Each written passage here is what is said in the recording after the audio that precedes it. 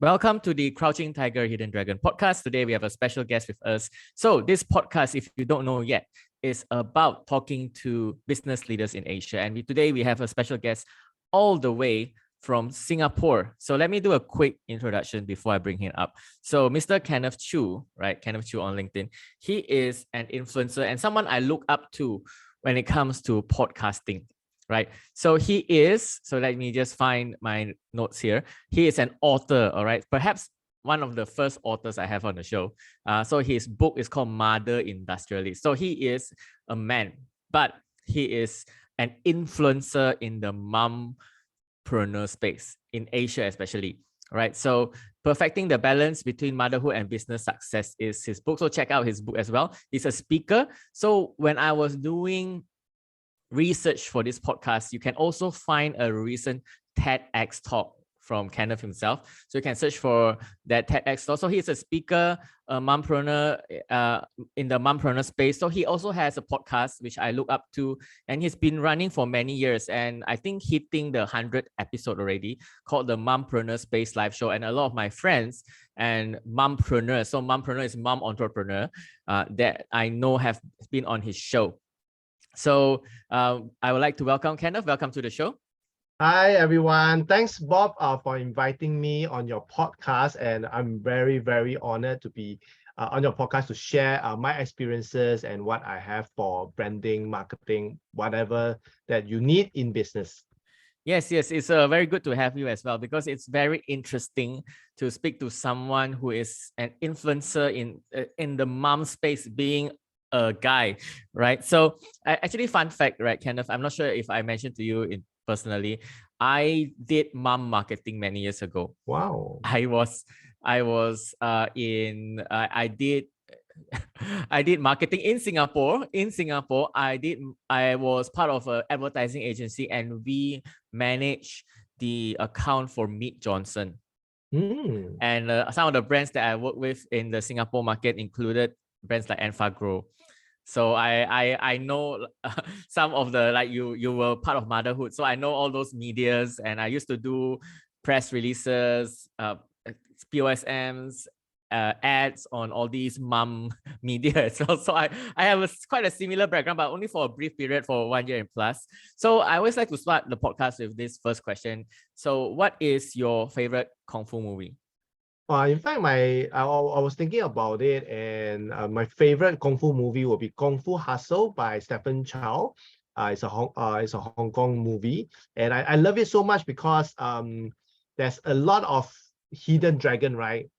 Inside. That means from on the surface, they look like normal people, normal landlord, but they turn out to be masters, Kung Fu masters. So that is something I believe that all, maybe for boys, become men, this is something that you always dream to be.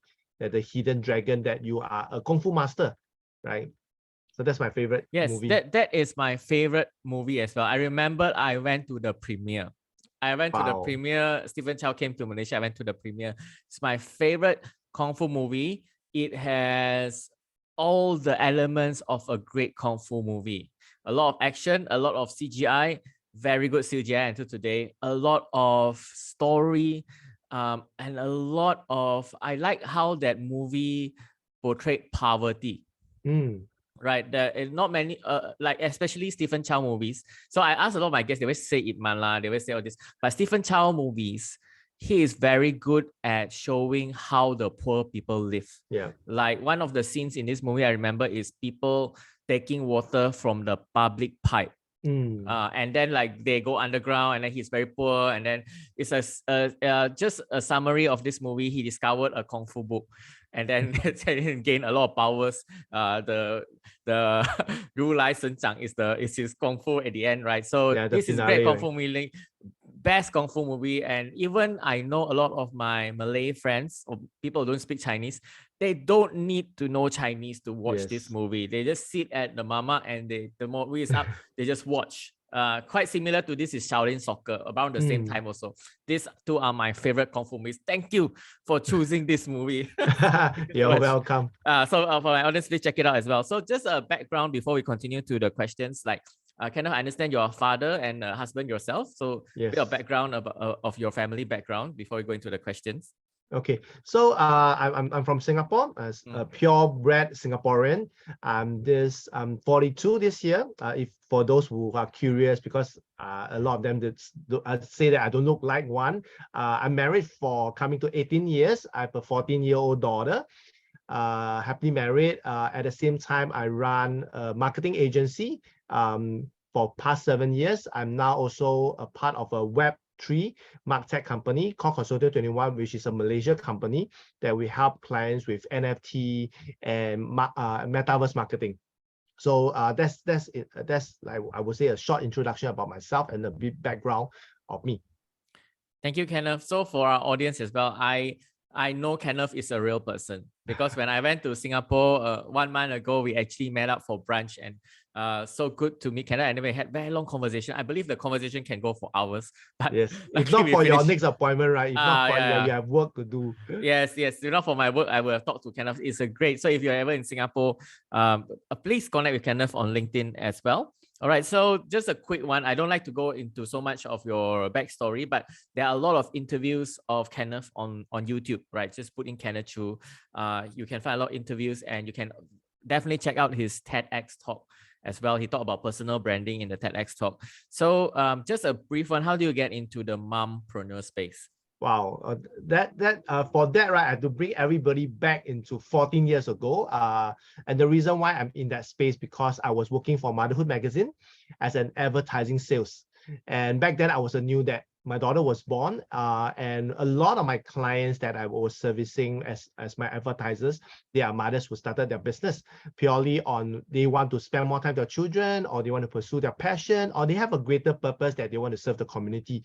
And that's how I got into that space. At the same time, became a better father because of all the parenting tips from the mothers, right? The mothers say, oh, you need to treat your wife better, you need to be this, you need to change the diaper, all that stuff. So I gained a lot of knowledge and gained a lot of wisdom from them, not just into parenting, at the same time through the business. So that's how everything started. That got me into that space.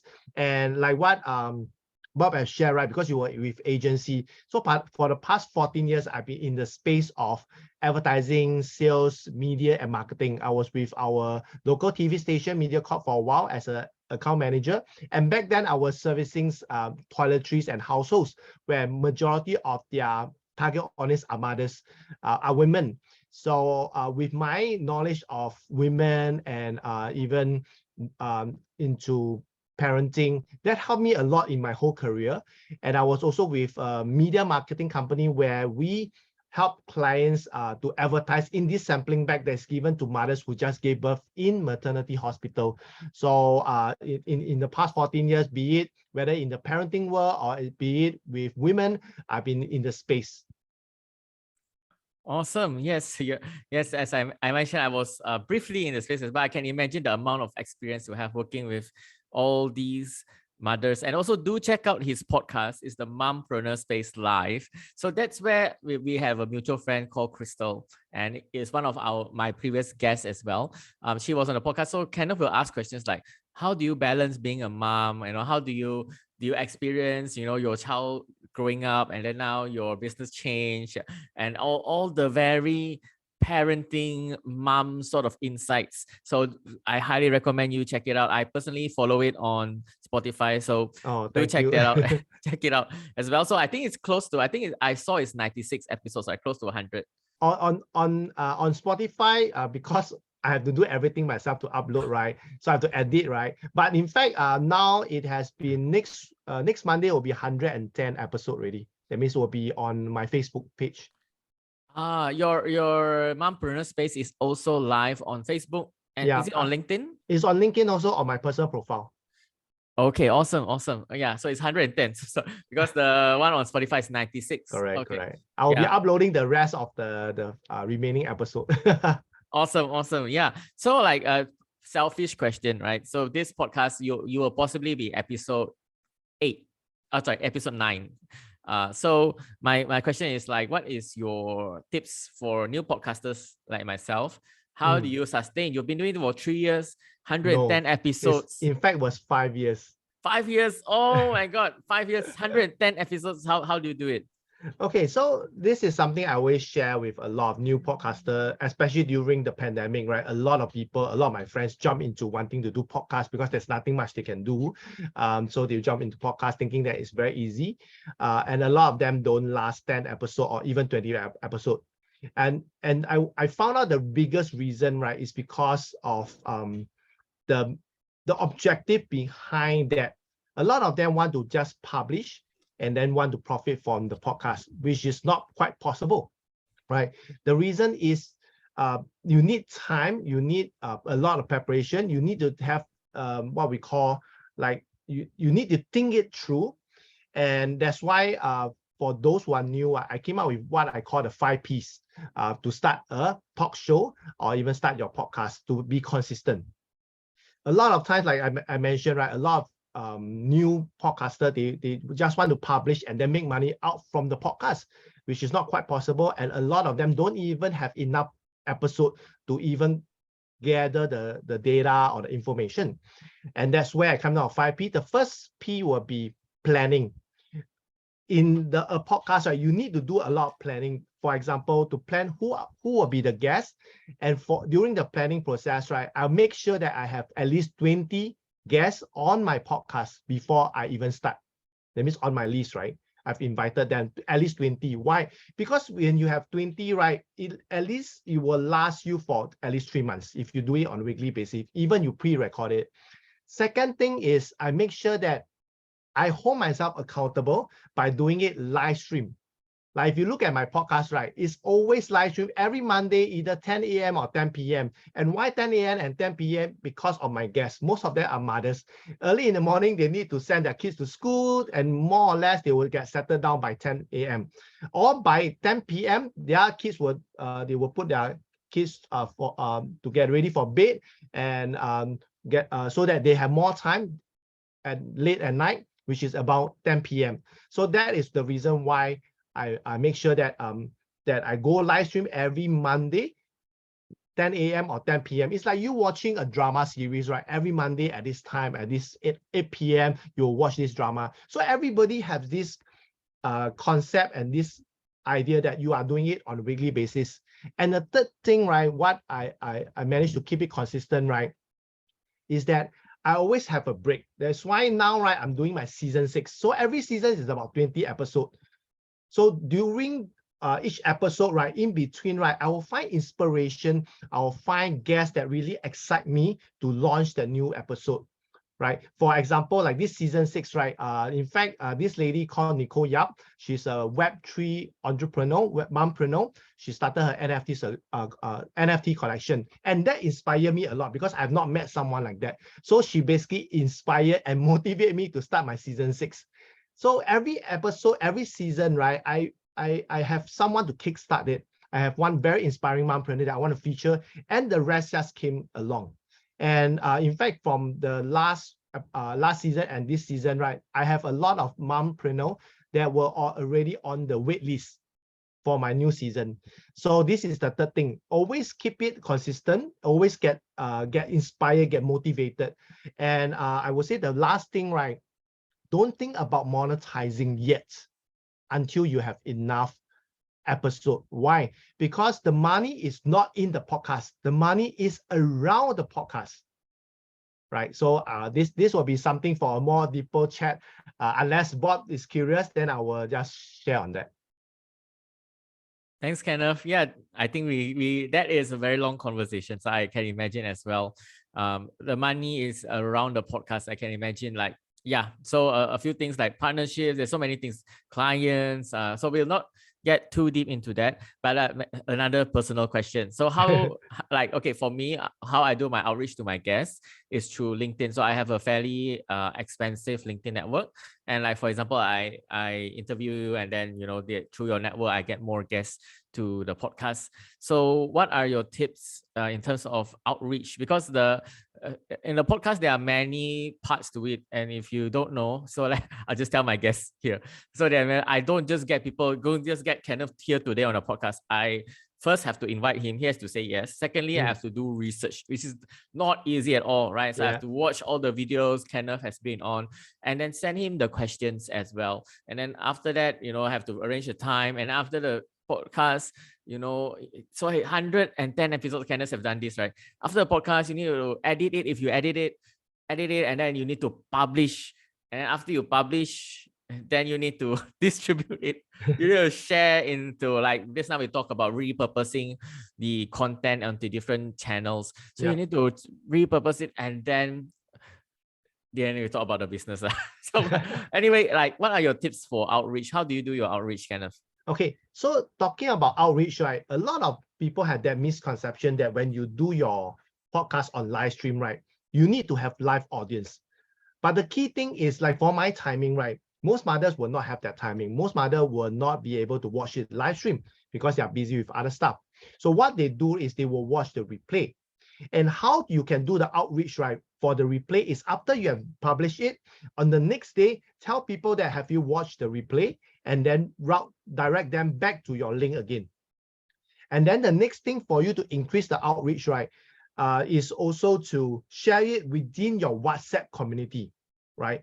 Because if you share it on social media, you are still dependent on what you call that, the algorithm, the social media algorithm, which may not be favorable.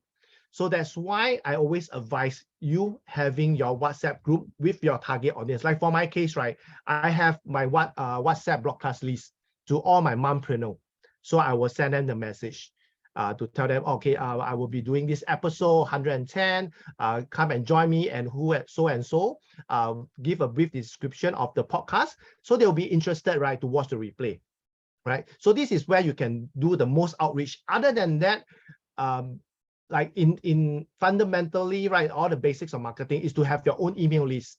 I do have an extensive email list of mothers who join my past event, who are on my podcast, or friends of friends, right? Or some of them are subscribed for my email list. So this is also another channel to increase the outreach, which is to have your email list so that they will be able to watch the replay. And the third outreach tips will be you repurposing, like what Bob's mentioned, right? To repurpose the content of your, maybe like typically my episode lasts about 40 to 45 minutes. So what I do is I get my assistant, my editor to edit it. That was in the past, to edit it into short clips, to repurpose it as IG Reels, TikTok videos, YouTube Shorts, to repurpose it and direct people. It's like movie trailers. You need to trail people to watch the full episode of 40 to 45 minutes. So what do? You just cut 1 to 3 minutes of short form video, and then repurpose it, and to put it on all your social media, and also to share in your email list or your WhatsApp list. So this is where you can increase your outreach for your episode. And this is something that most people, most new podcasters do not do, because they are so afraid to share with their friends. So if your friends are not watching your episode, what makes you think that other people will want to watch your episode? Because your friends might find it useful, and they will share with people of your target audience. So this is what I think the 3 tips for people to have the most outreach from just one episode of your podcast. Thank you, Kenneth. Yes, it is the best way to get the most reach. I think our mutual friend, which is also a podcaster, Kenneth Choo, he has his own Telegram group with hundreds of people in there, and that's where he put his new episode. So it's true and true. I love all those tips. Actually, Kenneth, it's my mistake. Okay, so then you've used the word outreach. Maybe I should have used the word. My real question was, how do you invite guests? Oh, okay. Yeah. So anyway, I think that was a good tip about outreach. So how I invite guests, right? Okay, like when nowadays I would say I use LinkedIn a lot, because my guests are mompreneur, right? So I will go and see what are on their profile, if they are entrepreneur, if there's some ways to see that whether they are mom or not, or maybe I just outreach to them and have a chat. And they definitely will ask, oh, what do I do? Then I start to talk about my podcast. I interview mothers who are entrepreneurs. Oh, they say, oh, I'm also a mom. Then they start to share. The other way is how I get more guests is through referrals. Like in the beginning, right, when my first season, right, I only have about 10 mompreneurs on my list. And because our mothers love to share, they say, hey, do you know this mompreneur, that mompreneur? Then I say, okay, send me their profile. I take a look at it. I will do like a discovery call to talk to them, to build this friendship, to understand them more, understand about their journey, and before I put them on as a guest on my list. So in fact, over the years, right, I think about season 3, right, about 50 over episode, I realized that not every guest is suitable, right? This is something, because you need to have that mutual conversation going, right? It will be very challenging if you don't have a guest that talk a lot. And you need to ask a lot of questions, and the person will give you one statement or one word to end off, and it's very hard. That's why the pre-interview or pre-session, right, you need to have that so that you can gauge whether can you have more conversation or what you need to prepare in advance. So that's why the first P is planning. The second P is preparation. You need to prepare all the questions, like what Bob say, right? You need to prepare the question. You need to prepare a pre-interview to get to talk to them in person. If not, if you drive straight to the interview, right, I can tell you it will be quite a mess, right? So that is from my experience. So this is how I invite my guests. So I hope that helps and answer your question. Thank you so much, Kenneth. That was a selfish question. Personally, I want to learn about that. Personally, this is what I do. I don't do a pre-interview, but so this is my limitation. So I don't have the luxury to pre-interview. What I do is I only invite guests who have done public speaking, at least a TEDx, or at least a podcast. Even better if podcast interview or media appearance. Then I know easy. You have experience, right? Yeah, I will not interview. Be the first person to interview someone for this podcast. For now, at least that is not. So I at least I will do. I have a lot of research I can do, and I don't need to prep them so much. Yeah. If they've done another podcast. So thank you so much, Kenneth. That is pre-interview. Wow, that is something I have done before, but yes, it is very important. Okay, so speaking 110 episodes, right? 110 and more of mompreneurs you have spoken with. So this is a big question. What is your biggest takeaways for moms out there from all these mompreneurs that you've spoken with? Wow. In fact, I recently have been going through, because I've been repurposing it. Now I found a new tool that can help me to repurpose my podcast into a lot of short form video. And that's where I realized that there's a common thing, because every episode, right, I will ask them, what is your last advice for mothers who want to start their business, or for mothers who are struggling in their business? So they'll always say, right, take action, right? Because a lot of time, there's a lot of procrastination in anybody, not necessarily mothers, in any entrepreneur or entrepreneur wannabe or aspiring entrepreneur. They want to start a business, but they never took the first step. They're always overanalyze, overthink, fear to take that first step. So a lot of them say, take action, take that first leap of faith, right? Just do it. Because when you do it, then everything will just come along. Rather than you overthinking and think this, think A, think B, but in the end, you don't get A and B, you get C, right? So it's about taking that first step. So I would say my biggest takeaway from them, right, is just taking that first step and trust your instinct. The key thing is trust your instinct. And I would say the second thing, other than taking the first step, right, second thing, right, to cut short your learning curve is to get a coach or a mentor, right? That is the most common thing. Most I would say the most of the advice that they give, right, is about getting a mentor, getting a coach, right? That is the second thing, second takeaway. I would say the third takeaway will be open-minded. Be open-minded, because in an entrepreneurial journey, it's a journey. You have to be open-minded for a lot of things to come to you, right? You'll be open-minded to accept that your business need to pivot, or your business need to change, or your business model need to revamp, right? You need to work on it, especially now. We know that with a lot of technology, with Web3, and now this year of AI coming in, if you don't embrace technology, you will be disrupted or you'll be gone, right? So even for mompreneur, the same thing, because mompreneur, they are so busy with a lot of things, but how can they keep up with it? It's just to be open-minded, right? So I would say that these are the three takeaways that the mothers can take. First is to take action, take that leap of faith. And then secondly is to have a mentor or coach. And third, to be open-minded. Yeah, so these are the three takeaways. I would say, to summarize my 100 over episode, these are the three takeaways that I can share with you guys. Amazing takeaways. And I know a lot of mompreneurs. I listened to the episode with Crystal, and that is exactly, she did these three things. She take action, started her business. She has many coaches and that as well. So great tips for the moms out there. Thank you for sharing, Kenneth. So if you don't know, Kenneth also is in the Web3 space.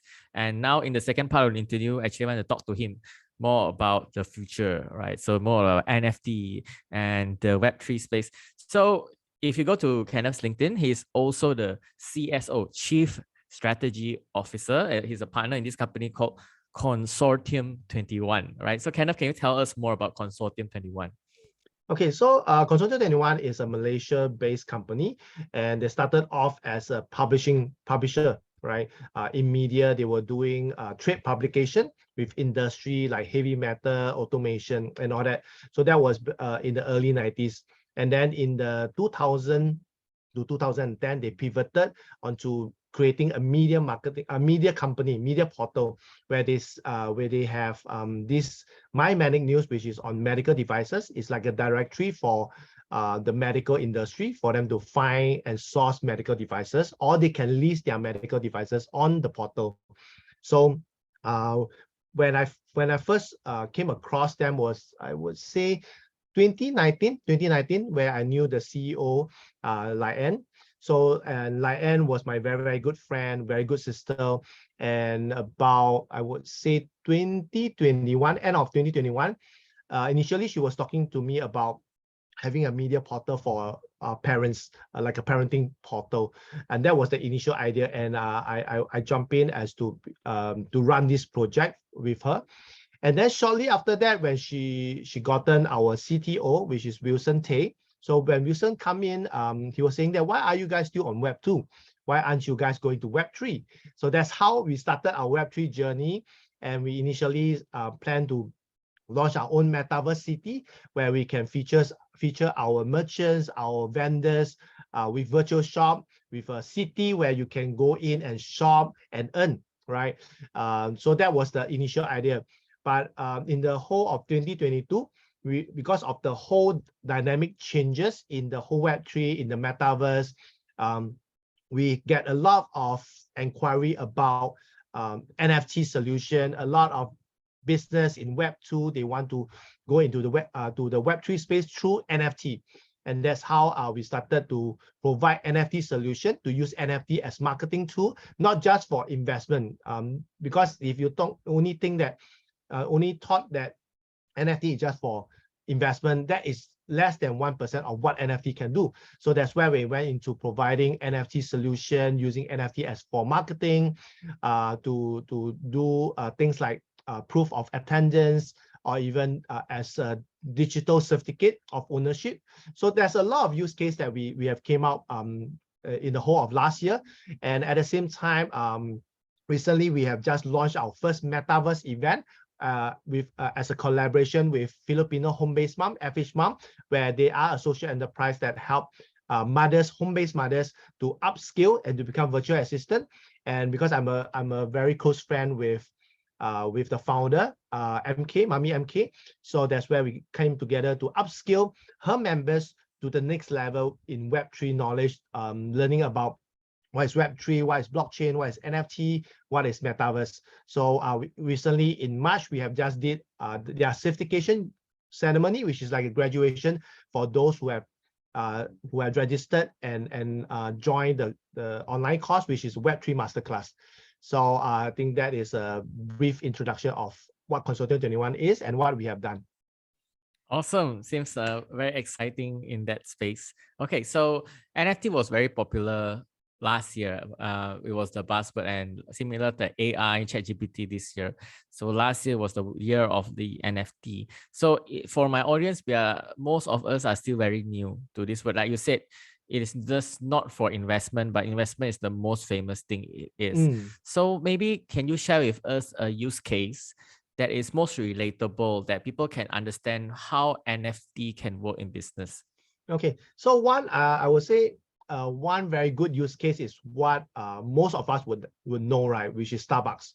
So Starbucks, in fact, last year, right, they have launched their new loyalty program, which is the underlying technology is blockchain, which is using NFT, but they don't use the word NFT to represent the membership. So why would they, like Starbucks, right, want to use NFT to build their membership or loyalty program? Because for NFT itself is sitting on the blockchain, and because of the interoperability, and also because of that what you call that because of the technology, the speed, right, you're able to gather members all around the world on the global scale, and all of them are sitting on one platform, as compared to the Web2 way, where a lot of countries have different membership POS membership system. For example, Singapore and Malaysia may be using two different membership systems, and they cannot cross, meaning that when I'm a Singapore member, right, I may not be able to enjoy the perks in Malaysia Starbucks. So with that, with the interoperability of blockchain, and also using it as NFT, right? One way we could include all the membership benefit, where we call it the NFT utilities. That means the perks, the benefit of it. Other than that, you can also use it as what we call loyalty stamp, which is what Starbucks is using. We used to have this card, right, that we chop to have all the redemption, and maybe after 10 chop, you will get you can redeem one free drink or whatever free things, free gift you can redeem. So that is all what we call the analog way. But with NFT, with them coming on board onto NFT, leveraging on blockchain, right, they can do even more. And now with the extension, even for Starbucks, right, they are also putting in experiences. That means if you have accumulate a certain amount of NFT stamps, or they call it a collectible stamp, you are able to exchange some experience, or maybe they'll fly you over to their factory to experience the whole process. So there's a lot of things that you can tie into this smart contract of NFT that could be automated, that could be shared worldwide, globally, without the worry of the system that's in place. That your members, that Starbucks members all around the world, they can enjoy the same benefit wherever they travel to. So this is one very good existing use case that that people can learn and even Google about it. Awesome. Yeah. So a quick one, right? Maybe my audience is wondering, what is a smart contract? Okay, smart contract is something that you design in this contract using the technology on blockchain. For example, if let's say you want whoever that claim or mint this NFT, right, to have this action, to have next action. So all this can be designed in Pyro. And when you activate this NFT and the smart contract, right, everything will just fall in place. For example, if Bob claim 3 NFT, he will be upgraded to elite member. For example, this all can be designed into this smart contract, and then make the whole membership or royalty program even much easier. So this is one of the way. But at the same time, the smart contract can contain maybe the ownership, or make it as an asset. So even for property, they are already looking into having NFT being minted and tagged to the property that you want, or even resort villa, they are also looking into having all these NFT. And NFT, in fact, there's a lot of different type of NFT. So for example, the most common NFT that is used for property or assets, right, is called soulbound, meaning that you cannot transfer to anybody. Not like the normal artwork NFT or graphic NFT that we know, it cannot be transferable. So once this is with me, right, that it belongs to me, which is called soulbound NFT. So there's a lot of things that you can do in a smart contract for NFT. That's why, like I mentioned in the beginning, right, it's not just investment. Investment is just a very small piece of it that you can just design and develop into the smart contract. But there's other things that you can develop in the NFT. Awesome. Yes, the smart contract is a very useful tool. So it basically it also tracks the transactions on the blockchain. So I can imagine it'll be used for many things in the future. Like I recently read also it can be used to track to co-own wines and things like that, right? Things that are long-term.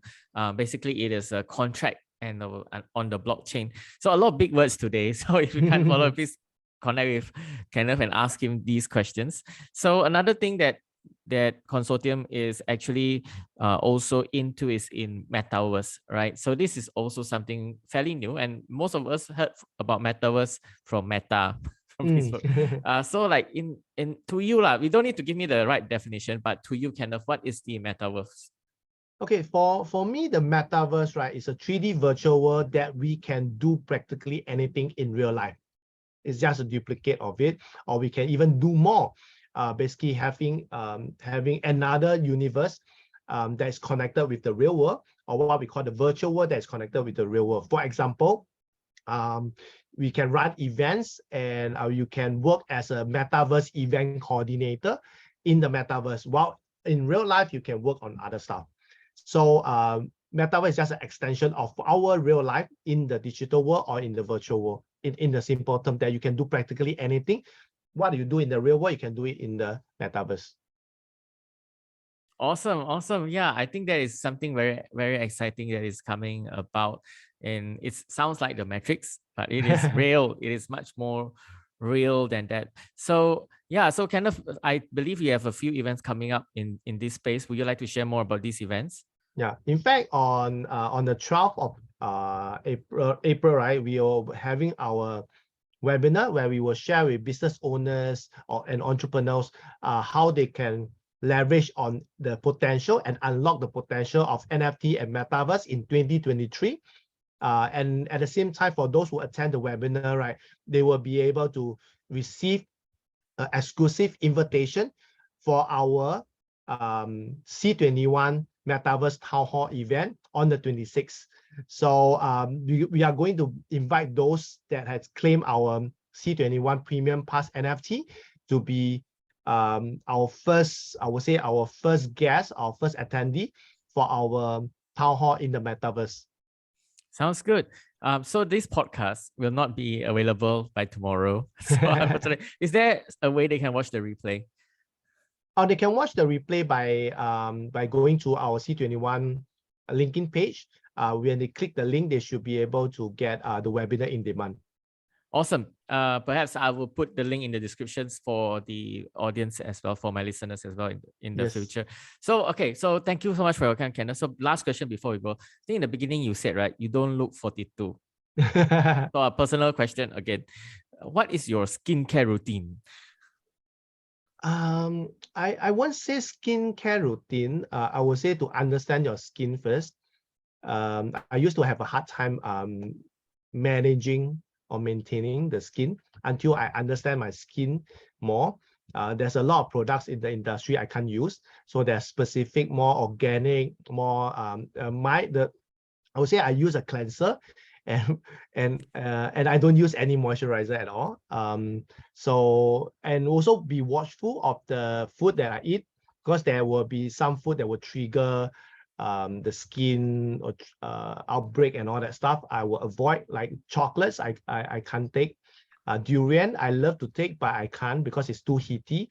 So I know that my body is more of the type that get the heatiness. So I will avoid food like that. And yeah, so I think it's the food.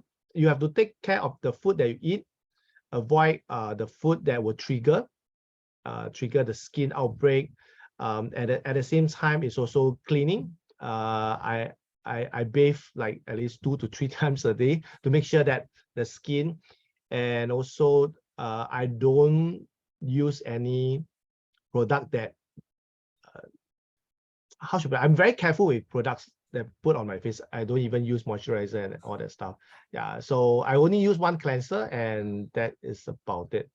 Yeah. Thank you. I think the biggest takeaway from that is so important.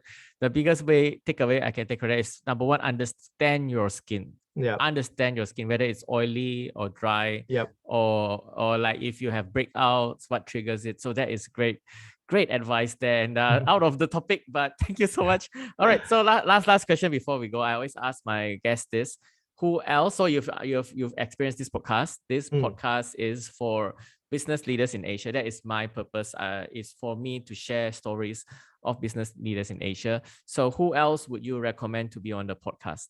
Okay, the person I would recommend would definitely be my CTO, Wilson Tay, because he is younger than me, he's smarter than me. He's one of the youngest, I would say, programmer of that started his like programming his first software, and he sold it at a very young age of, if I'm not wrong, 17 years old. Yeah, so he's very, very credible and also very smart. So definitely he will be the next person be on your podcast. Thank you so much, Kenneth. I definitely reached out to him and mentioned your name.